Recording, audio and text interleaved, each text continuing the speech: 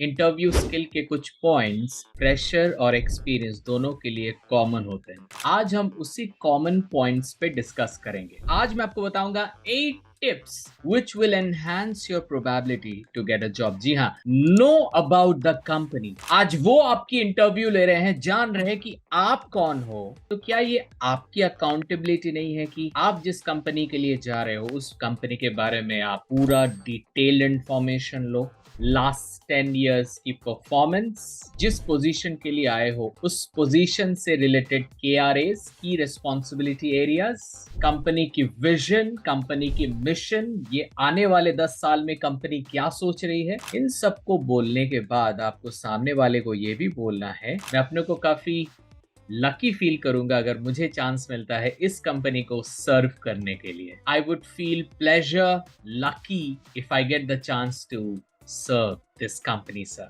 जी हाँ, जब आप एंड करो तो ये जरूर बोलो, प्रैक्टिस मेक्स परफेक्ट। क्या प्रैक्टिस करोगे? सबसे important question, tell me about yourself. ये तो ऐसा क्वेश्चन है जो आपसे पूछा जाएगा ही। आप जब कोई चीज याद करके बोलते हो ना, आपकी जो आईबॉल है ये लेफ्ट साइड में टॉप पोजीशन में चली जाती है, तो सामने वाले को पता चल जाता है कि ये कहीं से याद करके बोल रहा है। इस बात का हमेशा दिमाग में रखें कि when you speak you should look at the person and speak, and it is only possible when you practice. आपकी जो टेल मी अबाउट योरसेल्फ जो क्वेश्चन है उसका आंसर आपको देना है 45 सेकंड से 60 सेकंड्स, मतलब 1 मिनट मैक्सिमम। और कोशिश कीजिएगा कि जो पर्सनल इंफॉर्मेशन है about your family, where do you stay, आपकी फैमिली में लोग क्या करते हैं, अगर आपको सच में देना है तो वो 45 सेकेंड्स के बाद दीजिए। पहले 45 सेकेंड्स में you talk about, sir I have an immense pleasure to talk about me and my core competencies. आप ऐसे स्टार्ट कर सकते हो। देन आप अपने एक्सपीरियंस के बारे में बात कर सकते हो। Sir for last 15 years I have been working in the field of customer service, sales and operations. आपकी एक्सपर्टीज किस किस फील्ड में है? Sir in this 15 years I have worked with 3 companies, ABC, XYZ and OPM। किस किस company में काम किए हो? Talk professional details in this 45 seconds। Cell yourself. एक चीज आप दिमाग में बैठा लीजिए कि बहुत सारे कैंडिडेट्स जा रहे हैं इंटरव्यू के लिए, you have to sell yourself. एक काफी रिनाउंड इंसान ने कहा था, when you talk about your work and the progress that you make and the impact you have given to the organization, and that's the time I believe you and I make a hire। जी हाँ, आप job मांगने के लिए नहीं आए हो, आप सर्व करने के लिए आए हो, आप कंपनी को कुछ देने आए हो। हमें एक भिखारी के जैसा सामने ऐसे हाथ नहीं फेंकने, हमें एक लीडर के जैसे हाथ को सर्व करना है कि मैं आया हूं क्योंकि मैं जहां तक भी अभी तक काम किया हूं मैंने सर्व किया है। Sir for last 15 years I have been serving my organization, and whatever the project I have been given, the positive result to my company and the positive outcome has impacted my company, and I believe that if I get a chance to work for this company I'll be highly excited to work and I'll give my 100% mentally and physically। my strength। जी हाँ दोस्तों, जब भी आपको आपके interviewer strength के बारे में पूछे थोड़ा सा हट के आंसर दीजिए। आई नो बहुत लोग बोलते हैं I am positive, I am confident, that is good.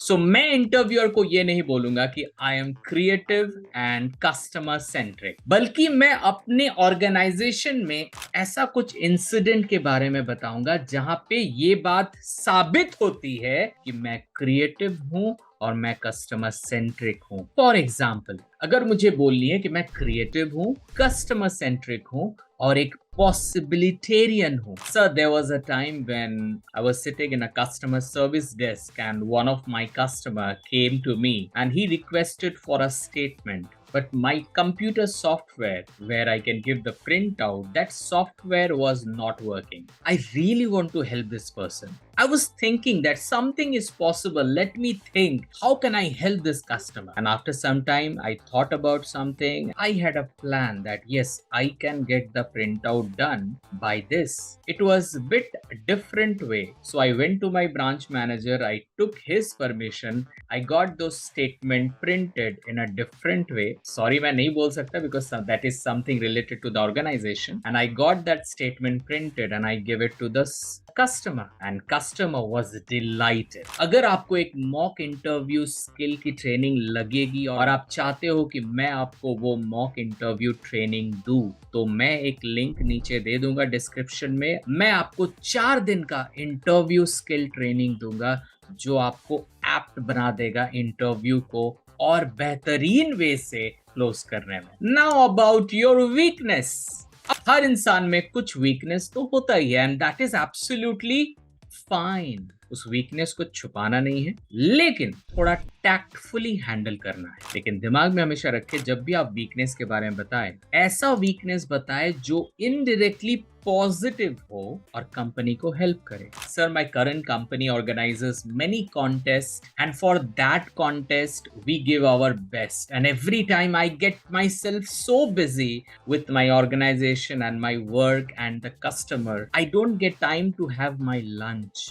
Sometimes even my boss also tells me that Subhash, come and complete your lunch. I tell my boss that, boss, please, you have lunch. I will have it once I complete this job. I don't know, sir, why, but I cannot let anything leave in between. I complete the same thing and I go.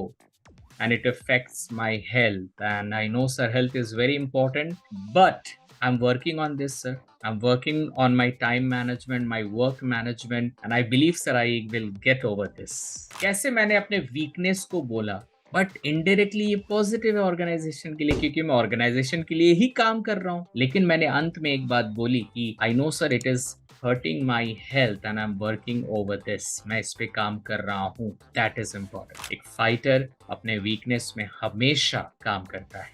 The question you should never forget to ask. जी हाँ दोस्तों, यहाँ पे सिर्फ interviewer आपको select नहीं कर रहा है, आप भी उस कंपनी को सेलेक्ट कर रहे हो।